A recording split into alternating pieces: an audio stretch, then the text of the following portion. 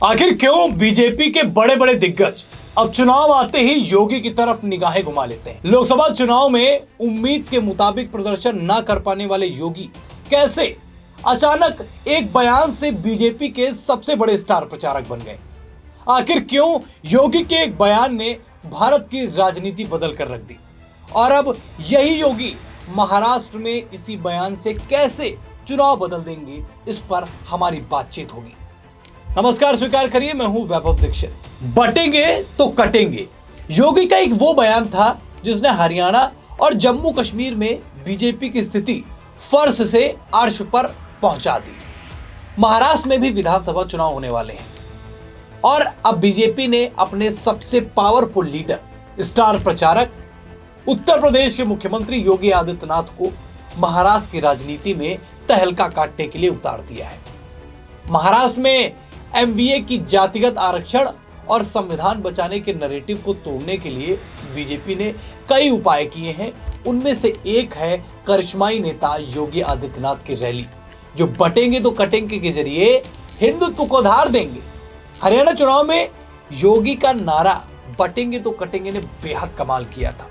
योगी की डिमांड का आलम यह है कि वो पीएम मोदी से भी अधिक 15 चुनावी सभा करने वाले हैं। जी हाँ, देश के प्रधानमंत्री की जनसभाएं उतनी नहीं है जितनी उत्तर प्रदेश के मुख्यमंत्री योगी आदित्यनाथ की हैं महाराष्ट्र के अंदर। नरेंद्र मोदी के लिए 11 जनसभाएं जो है वो तय की गई।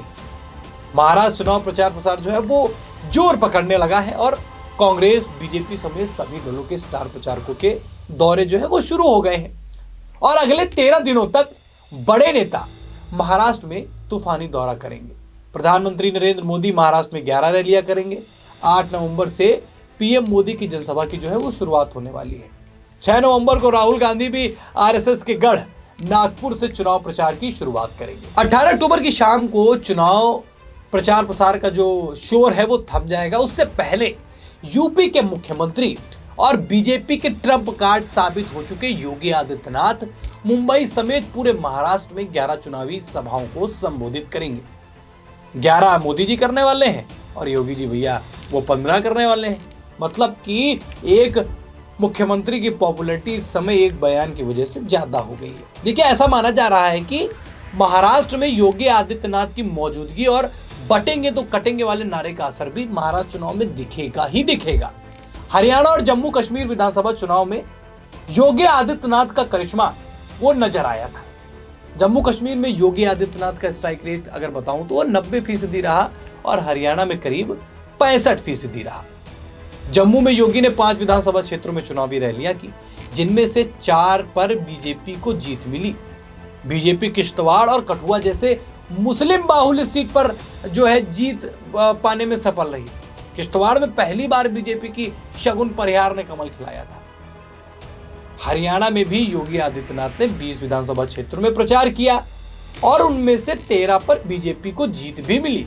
ये जीत कांटे के मुकाबले में बीजेपी को तीसरी बार हरियाणा की सत्ता तक पहुंचाने में महत्वपूर्ण साबित हुई। सीएम योगी ने हरियाणा में असंध से चुनावी रैली की शुरुआत की थी।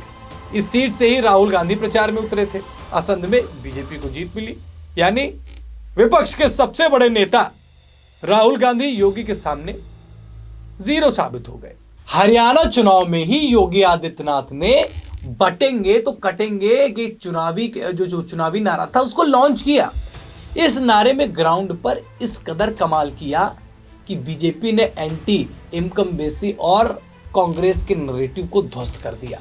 यह नारा इनके जुबान पर इस कदर चढ़ा कि गैर चुनावी राज्यों में भी जो है वो बीजेपी समर्थक इसे आजमाने लगे। और लोकप्रियता का आलम यह है कि कनाडा में हमले के बाद हिंदू समुदाय ने अपने प्रदर्शन में बटेंगे तो कटेंगे के नारे लगाए। महाराष्ट्र विधानसभा चुनाव के ऐलान के बाद मुंबई समेत राज्य के कई हिस्सों में योगी आदित्यनाथ की तस्वीर के साथ बटेंगे तो कटेंगे के पोस्टर भी लगाए गए। एक्सपर्ट मानते हैं, जो चुनावी एक्सपर्ट है वो कहते हैं कि चुनाव में एमबीए के लिए मुस्लिम वोटरों की एकजुटता का जवाब इस नैरेटिव से दिया जा सकता है। और इससे पहले के चुनाव में बाबा का बुलडोजर भी वो काफी लोकप्रिय रहा और प्रभावी भी साबित हुआ। यानी बाबा जो तैयारी करके आते हैं चुनाव में, उसका लाभ न सिर्फ उत्तर प्रदेश में भारतीय जनता पार्टी को मिलता हुआ नजर आता है, बल्कि देश के अलग अलग राज्यों में हो रहे विधानसभा चुनावों में भी उसका फायदा भारतीय जनता पार्टी को मिलता है। अब बात आती है, क्यों चलता है योगी आदित्यनाथ का ये करिश्मा? ऐसा क्या कर देते हैं योगी आदित्यनाथ जो पूरे चुनाव का माहौल बदल देता है? चुनाव प्रचार के दौरान योगी आदित्यनाथ अपने भाषण की शुरुआत जो है महिला विकास, किसान और विकास जैसे मुद्दों से करते हैं, और युवाओं के हाथ में तमंचा नहीं टैबलेट होना चाहिए, ये उनकी पसंदीदा लाइनों में से एक है। इसके बाद मोदी सरकार के कार्यकाल में हुए काम के जरिए आतंकवाद को लेकर कांग्रेस को निशाने पर रखते हैं। आतंकवाद की जब बात होती है तो पाकिस्तान की चर्चा वो लाजमी हो जाती है। पाकिस्तान और आतंकवाद के साथ ही वो अपना संदेश साफ कर देते हैं। दंगों की चर्चा करते हैं तो बुलडोजर एक्शन के बारे में बताते हैं। राम मंदिर की चर्चा तो सभा में मौजूद के लोगों के द्वारा अयोध्या में दर्शन करने को निमंत्रण देते हैं। जब सभा बंद जाता है तो वो सभा में मौजूद लोगों से संवाद भी करते हैं। यूपी में सड़कों पर नमाज बंद, मस्जिदों में लगे लाउडस्पीकर हटाने और अपराधियों के खिलाफ बुलडोजर एक्शन पर भी जनता का फीडबैक लेते हैं। हरियाणा में राहुल गांधी की जातिगत आरक्षण के जवाब में भी उन्होंने जो है वो बटेंगे तो कटेंगे वाला नारा दिया था।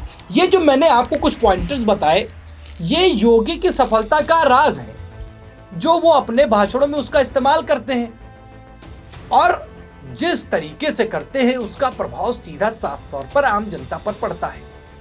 बुलडोजर एक्शन हो, अपराधियों पर शिकंजा कसना हो, पाकिस्तान की वाट लगानी हो, भारतीय जनता पार्टी के कामों का फीडबैक भरे मंचों से लेना हो, योगी से बेहतर फिलहाल भारतीय जनता पार्टी के पास कोई ऐसा वक्ता नहीं है जिसके शब्द जो है वो लोगों को दिल पे लग रहे हैं, उन लोगों की बातों उनके एकदम उनके विचारों पर एकदम मेल खा रहे हों। ऐसी बातें योगी आदित्यनाथ भरे मंचों से कर रहे हैं, जिसका फायदा भारतीय जनता पार्टी को मिल रहा है। और इसी नारे ने भारत में हो रही राजनीति को भी पलट दिया है। नारा वही, बटेंगे तो कटेंगे। अब योगी का यह बयान फिलहाल सभी की जुबान पर है, चुनाव किसी भी राज्य में हो, लेकिन जलवा योगी के इस नारे का ही चल रहा है। देखिए, वास्तविक परिप्रेक्ष्य पर खरा उतरता योगी का यह बयान भाजपा की सबसे बड़ी ताकत भी बन गई है, और महाराष्ट्र में भी अब योगी के इस बयान की बेहद चर्चा है। जगह जगह पोस्टर और रैलियों में नारेबाजी इसके साफ प्रमाण है। आपको क्या लगता है कि क्या योगी हरियाणा और जम्मू कश्मीर में अपनी उपस्थिति से चुनाव का माहौल बदलने में कामयाब होंगे, जैसे वो जम्मू कश्मीर और हरियाणा में हुए थे? क्या महाराष्ट्र में भी होंगे? अगर ऐसा है तो आप अपनी राय कमेंट में हमसे बताएं, नहीं भी है तब भी अपनी राय कमेंट में हमसे बताएं। फिलहाल इस खबर में इतना ही, फिर मुलाकात होगी अगली खबर के साथ। तब तक के लिए धन्यवाद।